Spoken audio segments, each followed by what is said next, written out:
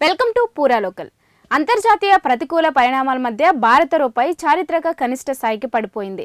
పశ్చిమాసియాలో పెరుగుతున్న ఉద్రిక్తలు, గ్లోబల్ సరఫరా వ్యవస్థలో అంతరాయాల ప్రభావంతో రూపాయి డాలర్తో పోలిస్తే ఒక్క రోజులోనే 0.55% క్షీణించి 93.12 స్థాయికి చేరింది. ఇక ఇదే సమయంలో గత కనిష్టమైన 92.63 స్థాయిని కూడా దాటడం గమనార్హం. ఇక సంక్షోభం ప్రారంభమైనప్పటి నుంచి రూపాయి విలువ దాదాపు 2% పడిపోవడం మార్కెట్ ఆందోళనకు గురిచేస్తుంది.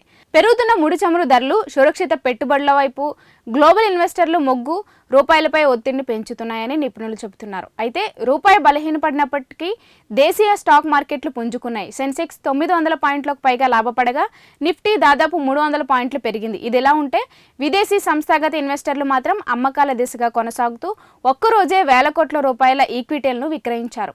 మరోవైపు ఇరాన్ చమురుపై ఆంక్షల సడలింపు సంకేతాలతో అంతర్జాతీయ మార్కెట్లో ముడి చమురు ధరలు కొంత తగ్గాయి. బ్రెంట్ క్రూడ్ యుఎస్ WTI ధరలు తగ్గినా పశ్చిమాసియాలో సంక్షోభం ప్రారంభమైనప్పటి నుంచి మొత్తం మీద చమురు ధరలు గణనీయంగా పెరిగినట్టే కనిపిస్తోంది.